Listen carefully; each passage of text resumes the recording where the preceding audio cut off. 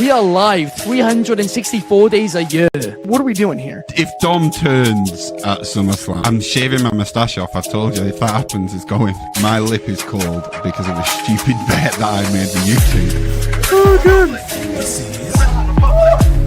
Wrestle's better than Daniel Bryan Daniels. Better than Okada. How do you not get fishy after Monday Night Raw? Good evening from Swansea, South Wales, wrestling fans.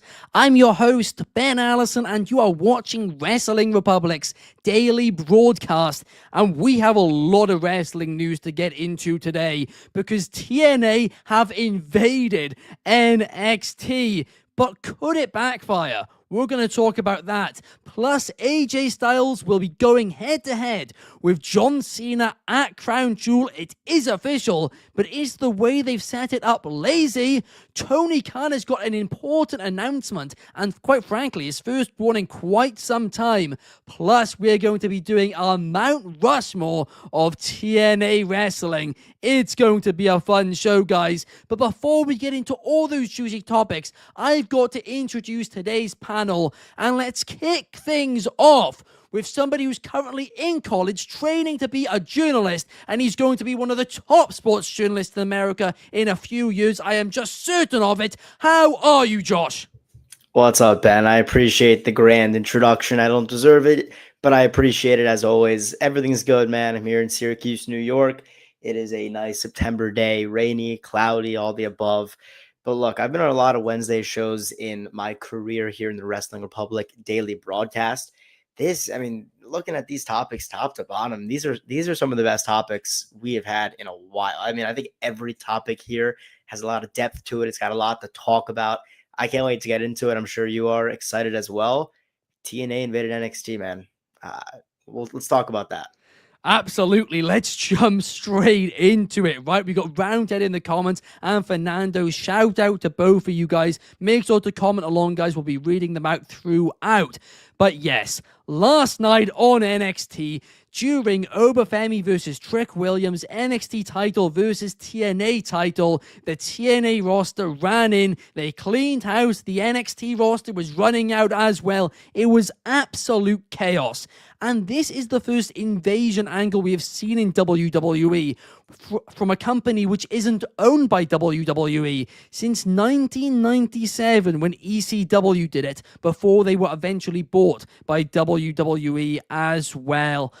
Josh, I want to get your thoughts on all of this, right? Because I'm going to be honest here, I'm a little bit concerned this could backfire. Because is this leading to a Worlds Collide show? If so, that means one of these promotions are going to have to lose. That is certainly the issue we're looking at right now. Where is this heading?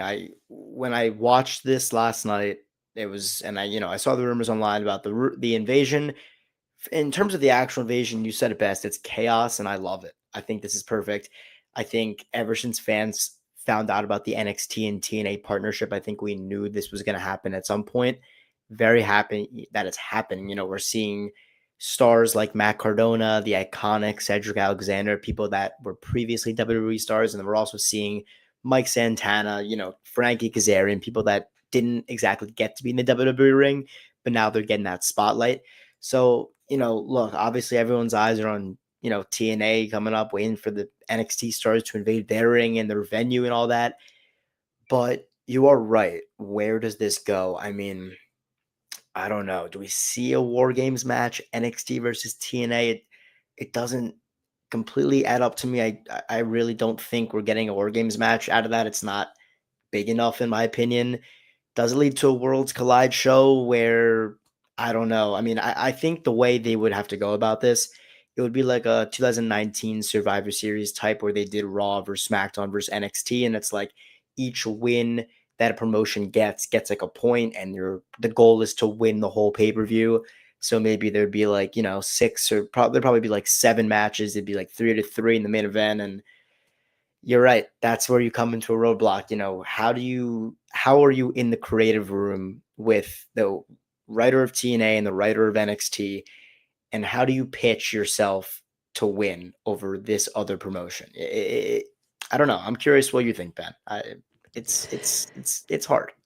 It's a really, really difficult one. And to your point as well, like if they did do a Worlds Collide show, which is what I believe this is leading to, that is my prediction at least, it almost kind of has to be. There's two ways you can go about it. One is you do 3 and 3, but then there's no real winner. So what issue does it solve? Right. And I'm going to be honest, I think that is maybe the most likely possibility here.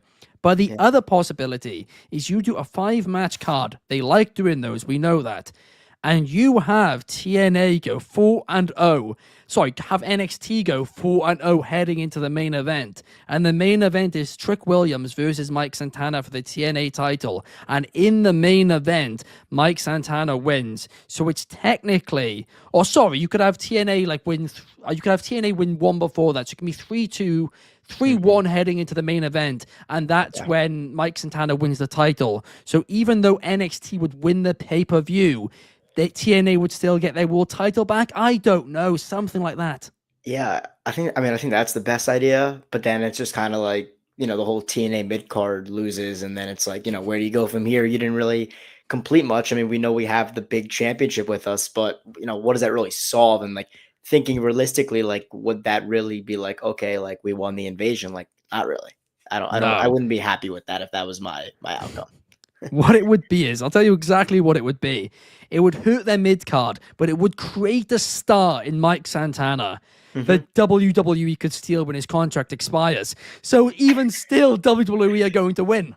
This is one of those things where I think WWE is thinking to themselves like, we're going to really take advantage of this partnership here, and they know they have the upper hand, they have the high ground here. I think they know that it's a business, it's how it works, and I think that's what's going to happen. Yeah.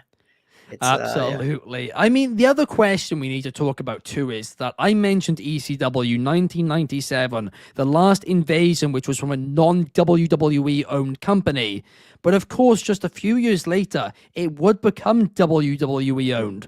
So do you think we could see the same thing with TNA here?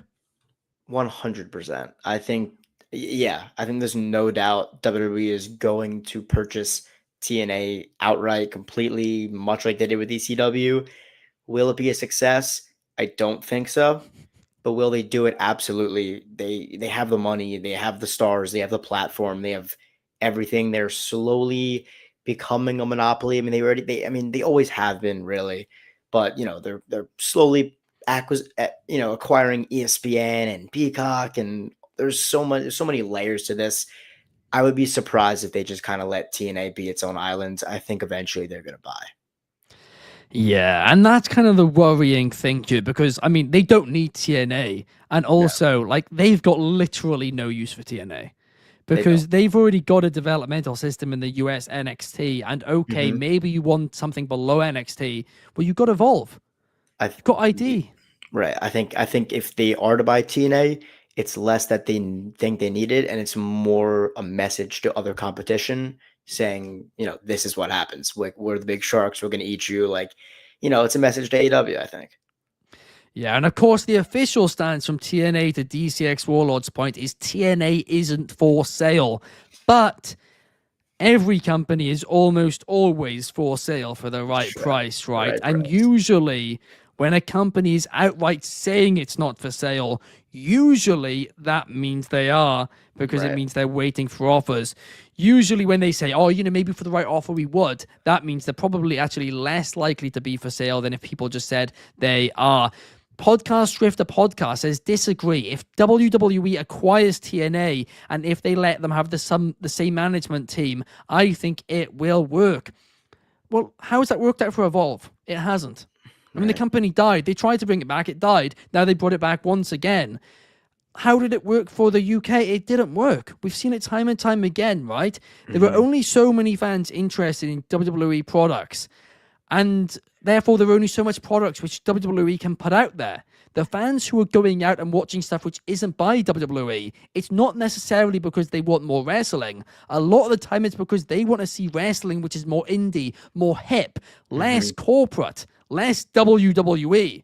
So I don't think the same logic really applies here. Yeah. DCX Warlord, Matt Cardona and the Iconics and Cedric Alexander on NXT again.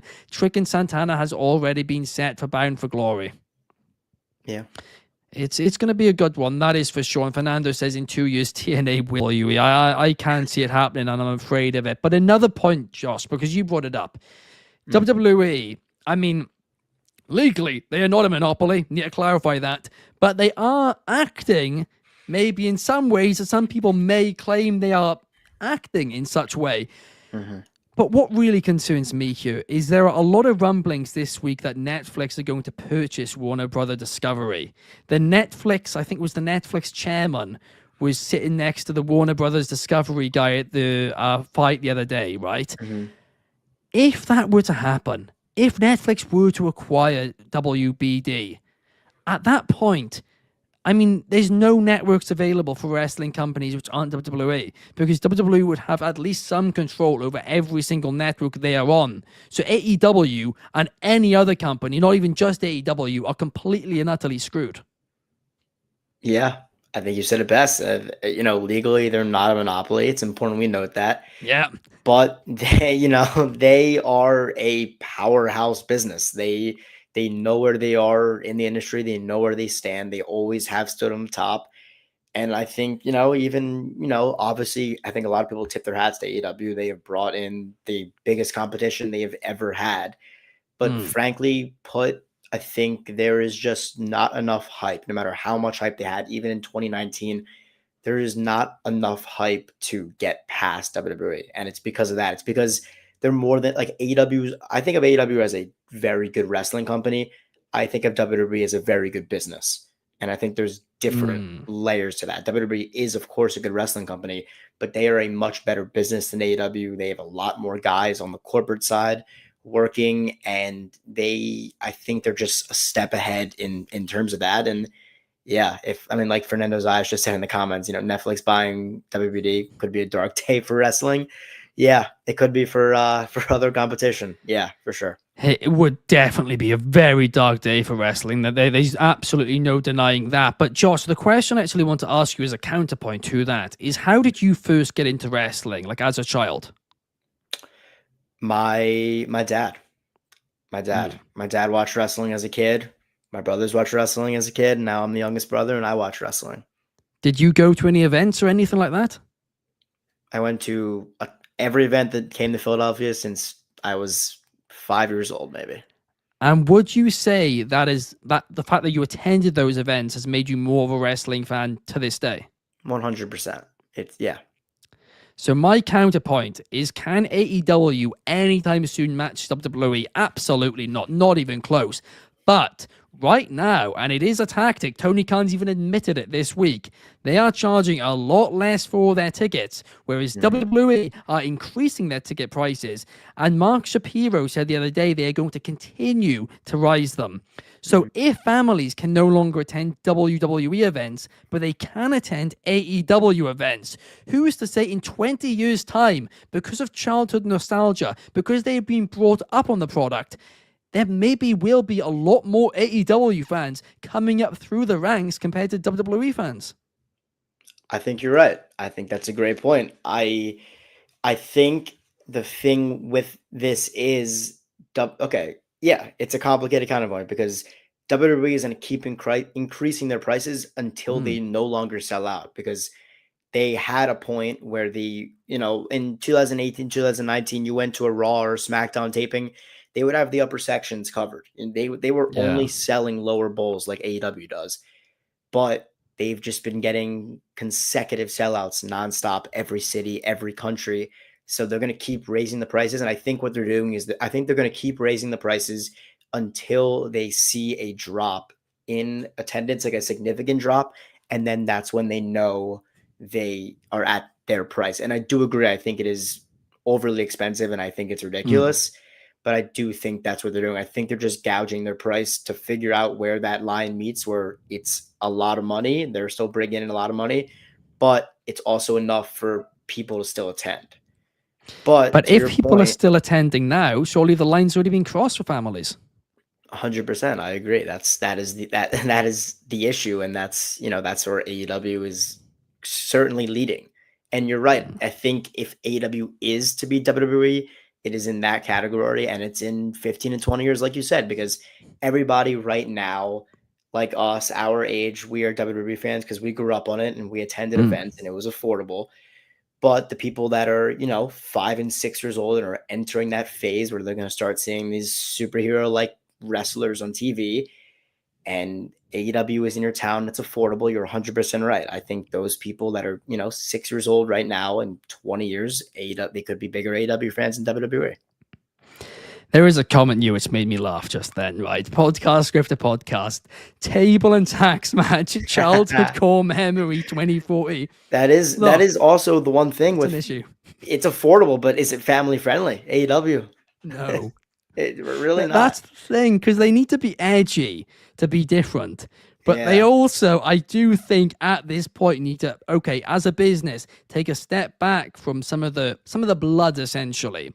Not getting rid of it, but just taking a step back. And the reason for that being that, well, you don't want to give people, mental scars or anything like that, really, do you?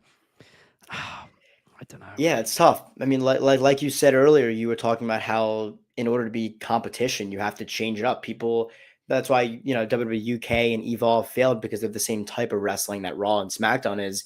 AEW changed up the style of wrestling. They made it different. But now the question is, they have to make a sacrifice in order to go ahead. Do you sacrifice the fans that love AEW now for the hardcore style they are and make it more family friendly for the future? Or do you keep it with your hardcore fans? Like Tony Khan says, he loves his fans. He always listens. You love the sickos, yeah. Do you take a risk? Yeah, I don't know. I think you can do both, though. I think you can just ever so slightly take a step back. Right. No more thumbtacks in mouths. No bleeding buckets. But still doing these hardcore stunts, right? Because as a kid, WrestleMania 25, one of my first memories of professional wrestling, Jeff Hardy, table on fire. That was gruesome. And as a 6-year-old, I loved that. It helped me get into wrestling. So I think you can still do some of this violence. I just don't think you need to be eating thumbtacks and bleeding out buckets, really. So I think there's a line they can really find with it. But up next, guys, let's move on to the next topic, because we need to talk about an announcement which broke yesterday. John Cena started teasing it on Monday, right before Monday Night Raw. He talked to Twitter. He said, "Match with AJ Styles, anyone? ? Hashtag WWE Raw." The next day, he did a follow-up tweet saying, "Look, I never book my own matches, but I always listen to the fans, even when it's a little bit hard to. Do you want this match?" They all said yes. AJ Styles quote tweeted it, and he said, "Look, I'm listening. They want it. I want it. Let's do this." And then Triple H confirmed it. Crown Jewel, AJ Styles, John Cena. Now, if you guys do not know, AJ Styles in 2016 was my favorite wrestler. And heading into this feud with John Cena, I mean, I literally had an AJ Styles fan page. I've been open about this, right? And this was right at the start of it, too. I was so excited for it. And it is genuinely one of my favorite feuds of all time. And I've already said, if I'm being honest, I don't want them to revisit it, because I thought it was so perfect how they left it. But if they're going to, I'm not going to complain. I'm going to enjoy it. Here is my issue, Josh, right? It's how they've done this. They've not done a storyline. They've not done anything. They've done a tweet which makes no sense, and now suddenly it is happening in a few weeks' time. And the reason why they've done this isn't some mystery. It is because John Cena does not have any dates before Crown Jewel. So this is the only way to go about it. But that just frustrates me. Why didn't they save some of the earlier dates to the end? Because the end is the most important part of this retirement tour, and they just don't have enough dates left. They have 2 Raws left. I mean, that is just crazy to me. What are your thoughts on this? Yeah, I fully agree. That is, I mean, look, when I saw the tweet, when I saw the graphic, Cena Styles, I was in a class with probably 150 people, very big lecture hall, auditorium. Like, I kid you not, I stood up and was like, oh my God. And I walked outside and I made sure it was true. And then I walked back in. Everyone was looking at me like nothing. I pretend like nothing happened.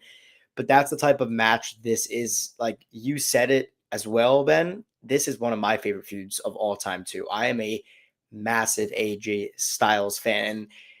When Cena announced his farewell tour, I don't know about you, but I think one of the first names that came to mind, I'm certainly, according to you, Ben, you had an AJ Styles fan page. I'm sure the first name that came to mind was AJ Styles. Like, in my opinion, one of the best trilogies, if not the best trilogy in WWE history. Like, their match at Royal Rumble 2017, I think it's a top 5 match in company history. I think it's 2 clashes of personalities, styles, different fan bases. I thought it was perfect.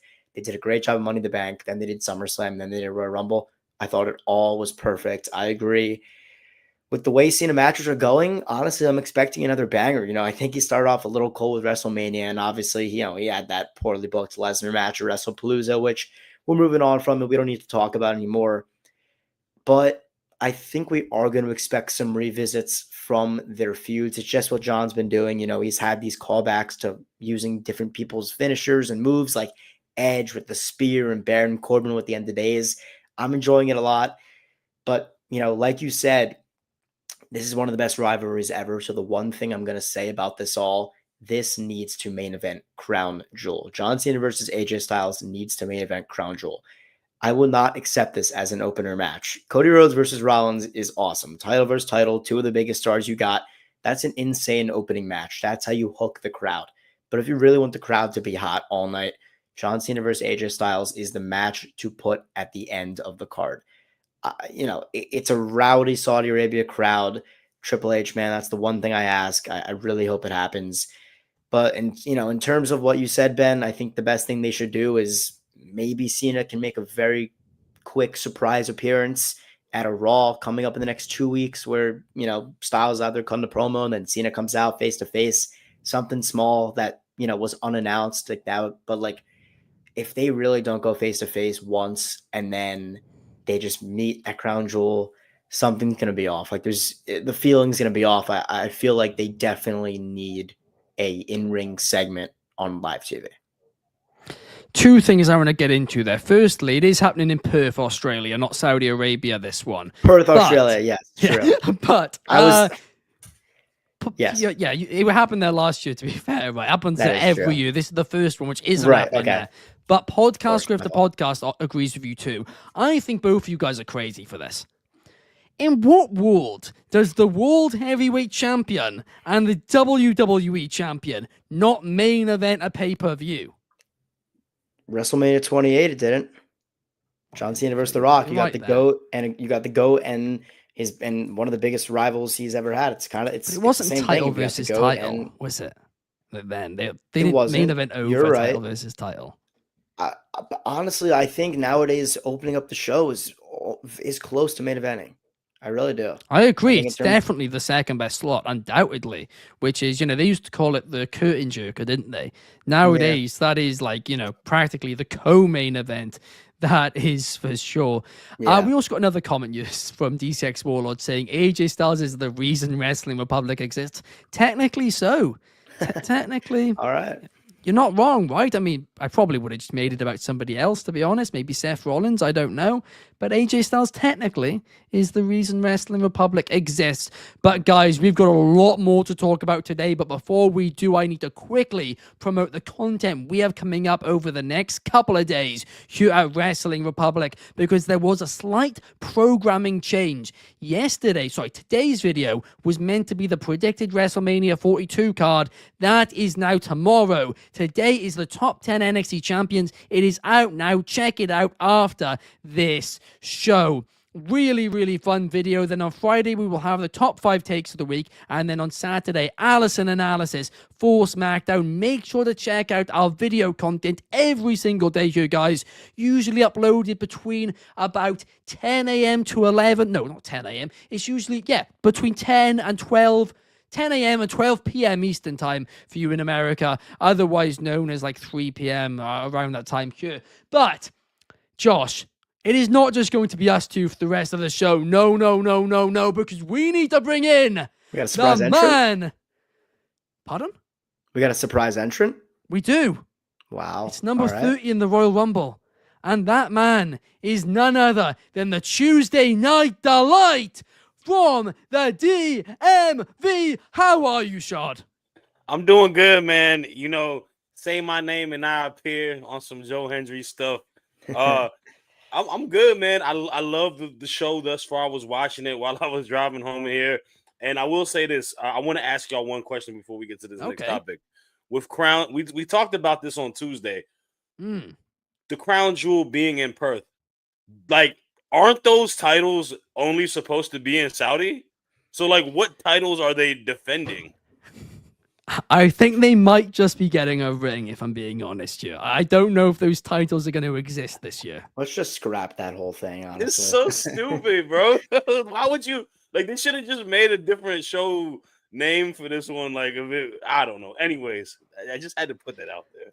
No, I do agree. We had a big discussion Yeah, about that on that's King of Tuesday. the Ring. Me, Jordy, and Chaos. We're like, yeah, I guess they're fighting for the rings at that point. But yeah, that's all.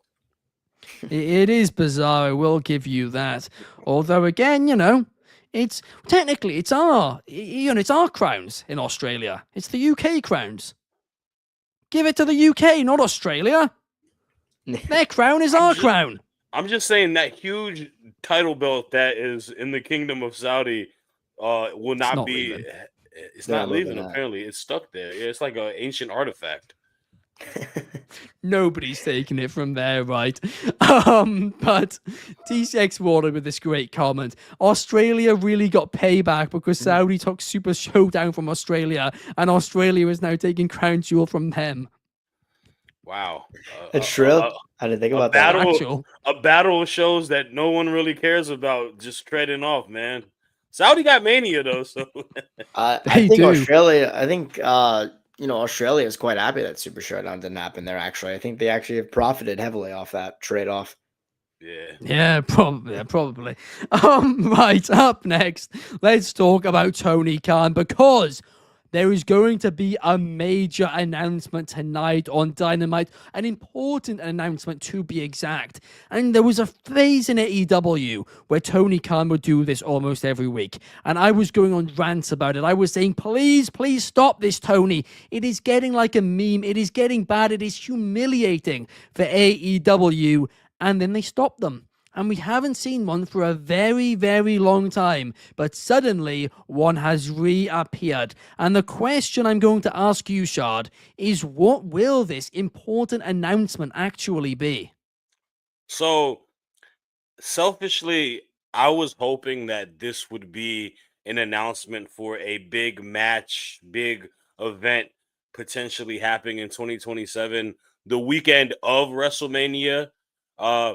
Where it will be in Saudi Arabia, an opportunity for them to, put a big show out there in the States, allow the independents to kind of circle around that event in that area that they decide to put the show out, and it still being a Mania weekend in some virtue.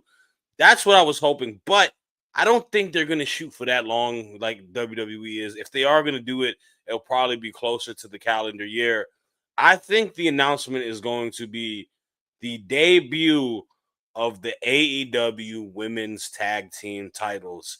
This is something that has been a conversation by a lot of people at press conferences with Tony Khan, and he's open to the idea. I think it's coming true now, and it is coming potentially at the best time, Ben, because AEW has quietly established a very strong women's tag division. They have a lot of women that are tag teams, or they're in the units that make a pairing make a lot of sense. We spoke about the Triangle of Madness with the two, Julia and Sky Blue, Megan Bain, Penelope Ford, Ty Conte, Anna Jay.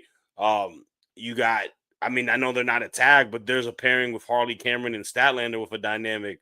Tony Storm, Mina, like there's a lot of different moving pieces. Billy Starks and Athena. This can be something that can kind of take the momentum that a lot of companies, maybe just outside of like Stardom, don't have, but especially in the States, there isn't a like live women's tag division. I know WWE has belts. I know the Knockouts have belts, but they don't feel like a big deal. The fact that you establish it and then you kind of have something to push upon it, you have the opportunity to book it strongly. Like, I feel like this is something that, like I was talking about earlier, this is when someone zigs, you zag type of thing. This is an opportunity for them to establish a credible women's tag division and kind of do something a little bit different than their counterparts are doing. So that's my prediction. We will see what happens. I'm going to go with that, though, bro. Honestly, Shard, I could not agree more. I think that is clearly what it's going to be. And to your point, they have built a foundation, and that is something which WWE did not do when they introduced their women's tag team division. And I feel like that has kind of been the issue with it, that it's always kind of felt like the tag team division is trying to catch up to the titles rather than, having a tag team division. So I do think AEW is ready for it. The only question I have, Shard, is will Tony Khan actually give the women enough time to actually, make these titles mean something long term? Because it means they're going to need more time on weekly programming, man. Yeah, he needs to, honestly. Like I said it, we had a discussion amongst us the other day about women's wrestling and time allocated. And I give credit where credit's due. Monday Night Raw, as an example, this week. And Monday Night Raw on most weeks, NXT on most weeks has been very, very good with booking women's wrestling. I mean, Raw, the main event segment, Bailey versus Roxanne Perez. You have AJ Lee and Becky in promo packages segments. Like, they booked the women's division prominently. NXT, they booked the women's division prominently all the time. Yeah. To that point, yeah, AEW doesn't have an excuse per se. They have to go through the notion of booking them and going through that. So I think they should for real. Yeah, I could not agree with you more. Hopefully they do it, that is for sure. But up next, guys, it is a fun segment. It is a fan favorite segment. It is time for a Mount Rushmore. If you guys do not know what this Mount Rushmore thing is, basically it's like a snake draft. One by one, we have a pick. I'll kick us off. Then it'll go Shard. Then it'll go Josh. Then Josh will have another pick, and it'll go back round to me and so forth until we have all had 4 picks. We can't pick the same as each other. Every pick has to be different. And today's topic, well, with the TNA invasion, it just had to be the best TNA wrestlers of all time. Male or female, the only rule is it has to be singles competitors. So if it's a tag team, it has to be one specific person from that tag team. But I'm going to kick us off because this is a Mount Rushmore of the best TNA wrestlers of all time, and I'll kick us off by taking the phenomenal one of my favorite wrestlers of all time, AJ Styles. Let's be honest here. AJ Styles was the face of TNA for many, many years. He was their first, well, I don't want to say their first, but he was one of them only main homegrown stars who were real draws, right? That's how I'll word it. He was a homegrown star who just came all the way through the ranks there and became a main event star. There was a bidding war for him on multiple occasions. When he left TNA, nobody could believe it, but they gave him some ridiculous offer and he went to New Japan. But AJ Styles was the face of TNA. He was the best part of TNA. He had very, very few bad matches, almost no bad storylines. This guy was Mr. Consistent there, and for that reason, he is my number 1 pick. Shard, who are you taking? Great pick. I mean, that's probably the number 1 that everyone probably would have gone with. I'm gonna follow up with the guy who made me a big TNA fan because he was a familiar face that I watched as a kid, and I saw him jump ship over there. And that is Kurt Angle, man. Kurt Angle was doing just crazy stuff, man. He hit a new bar going into TNA. You saw a lively version of him just having banger matches after banger matches. I got to go with Kurt. Prime Angle, not the other name that people disrespect. Oh, yeah. Prime. Indeed. But honestly, fantastic pick. Kurt Angle in TNA. I mean, that man, incredible. I think, honestly, the best work of his career was there, if we're being honest, because he was in TNA for longer than WWE as well. No, he was, man. He was like, dude, he was on another level, man. And there was a lot of, a lot to it, man. I would highly recommend people to go back and see the work that he was doing there, the matches that he had there, man. It was something special. Absolutely. Josh, you are now up. Who are you taking? All right, so I get 2 picks in a row. That's correct? Yeah. Okay, first, I'm definitely going to take Samoa Joe.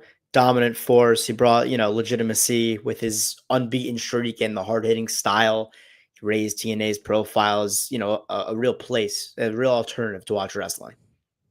Fantastic shout. I mean, again, multiple bangers, especially in the X Division as well. I mean, that dude was just destroying. He was tearing through the X Division. Yeah. And then my next pick, I'm going to take Jeff Jarrett. He was the founder, the backbone of the company. It was his vision, it was his presence that made TNA possible.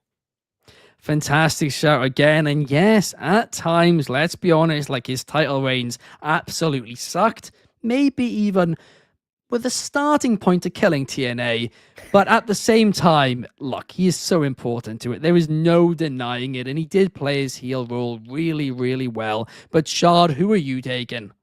I'm going with the icon Sting, man. Sting going into TNA was such a big deal to me. Obviously, this was after WCW kind of fell apart. You know, WWE completely, they bought him and destroyed it, wiped it away. Sting didn't go to the WWE. He took a different route. He came to TNA. He made his name over there. He built star power over there. It felt WCW centric because it was an alternative, and he is the key figure of being that alternative. So I'm going with Sting. A fantastic shout, honestly. Again, another person who, you know, he was in TNA for surprisingly like quite a while, and definitely for that like peak of TNA, I'd say. For sure. He saw the highs and lows, I'll say that. Yeah, definitely. But up next, I am going to pick James Storm. He is somebody who basically just stuck around no matter what for TNA, and he was always very underrated. But whether he was doing tag team stuff or single stuff, that dude was killing it. He worked his ass off for TNA. He cared about it so much, and it is somebody who to this day is so criminally underrated. Then as my next pick, I am going to take one of my favorite wrestlers of all time, everyone's favorite father figure, Christian Cage. I mean, look, as a kid, Christian in TNA, I could not believe it. Plus, he left WWE to join TNA in his prime as well, and he decided to do it, right? He was one of the first stars who really optionally decided, okay, I'm going to leave this company to go to TNA, because most of their roster was either completely green wrestlers or wrestlers who were legends, and he came in his prime. So for that reason, I think he deserves a space on my Mount Rushmore. Shard, it is back to you. Yeah, I gotta show love to the Knockouts division, and I know her name has kind of been controversial the last couple of days on Twitter, but I'm not gonna disrespect her. I gotta pick the legend that is Gail Kim. Gail Kim, someone who was like, it was not really looked at as a star when she was in WWE, was there for a cup of coffee. What she's done in TNA, man, she was the epitome of a star power. She's a trailblazer for the Knockouts division, a trailblazer for women's wrestling in general. I got to go with Gail. Absolutely. I mean, again, obviously, a little bit rough timing, but you can't leave her off the Mount Rushmore. You just can't. It's all good. Hey, man, we're talking about what she did in TNA. I ain't talking about exactly. You know, I'm a Rio fan, so. The only issue is, though, right, the way these reels work when they oppose it to Instagram, it's just us saying that one line. So you might be, just absolutely destroyed in the comments for it. But she has to be on the Mount Rushmore. She deserves it, right? And I'm honestly gutted I didn't take her because, the amount of stuff she did for not just the Knockouts division, but also women's wrestling as a whole is undeniable. Josh, you're up. What are your last two picks? I'm going to take Christopher Daniels, cornerstone of the X division. He almost died for TNA with that insane bump he had. Also in the tag team division, but I mean, his consistency I think he was one of TNA's most reliable performers. A fantastic shout. There's no doubt about it. Again, you've got Samoa Joe and Christopher Daniels. I have AJ Styles. Those three together, that triple threat match. I mean, unreal. It's maybe the best triple threat match of all time. I think it certainly is. I think it's up there, and my bias leading to Cena, Royal Rumble 2015 with Lesnar Rollins. That was good. There's also we could talk about triple threats forever, but absolutely. What is your fourth pick? My fourth pick, this is tough. I'm between two names. I'm gonna go Abyss. I think he was like that signature monster. I think he embodied the hardcore identity that TNA had, and he was a lifelong TNA talent. I'm going to be honest, I'm so gutted you took him because I really wanted him as my final pick. Absolutely fantastic pick. There's no doubt about it. And a great guy in real life as well. Yeah, as we all saw on Unreal. Shard, who is your last pick? I'm gonna go with Bobby Roode, man. This was a guy who was a big time star within there. Was there for a while. Part of Team Canada, all of that, Beer Country too, I believe. Like the dude was just a staple for TNA for the longest time. So I gotta go with Bobby Roode. A brilliant And I shout I hope he is like utilized within this invasion angle too at some point, right? Like not I maybe not want as a one wrestler, more match. but like One more Hey, man. match, please. Just a He retirement didn't- match. He you know what? deserves He it. didn't wrestle that long ago. Now that I think about it, because him and Well, no. Dolph was the tag team like in NXT a couple years ago, right? Yeah, and he's got like an injury, did some producing, and then never looked back. This guy deserves a retirement match, and what better way to do it than on an NXT TNA show? I agree. Book him. Yep. Right. Last but not least, guys, I'm going to go for a controversial one. I'm going to go for a guy whose highs were high and his lows were lows quite literally. Because my last pick is going to be Jeff Hardy. Hear me out. Yes, the lows were very low, but the highs were equally very high. And this guy, Jeff Hardy, was the reason I found out as a kid that TNA wrestling even existed. He was the reason I got into TNA wrestling, and he did some absolutely insane stuff there. So I don't care what you guys say, right? Yes, he did some very bad stuff, but he deserves to be on the Mount Rushmore of TNA. Everyone has their demons, man. Jeff is one that unfortunately has been displayed a lot within pro wrestling, but you can't deny his impact in any company that he's been, especially like in TNA, WWE. I think that's a great pick. You know, I hate people always go back to obviously that moment with him and Sting in that match. That always plays back. But man, I'm glad that he's back, man. He's in TNA right now, man, helping out the young locker room and stuff like that. So good for Jeff, man. Absolutely. D6 Warlord says, I thought he was talking about Austin Aries.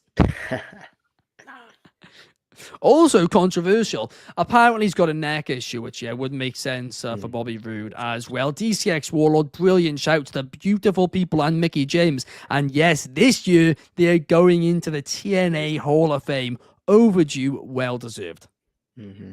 That was the last thing I was thinking about. Mickey James went with Abyss, but Mickey James is up there. Absolutely a fantastic shout. But that does bring us to the end of the show, guys. Thank you to Josh and thank you to Shard for being a last-minute substitute here as well. But most importantly, thank you to everybody who's watched and commented throughout. We will be back tomorrow, same time, same place, to talk some AEW Dynamite. See you guys then. Peace.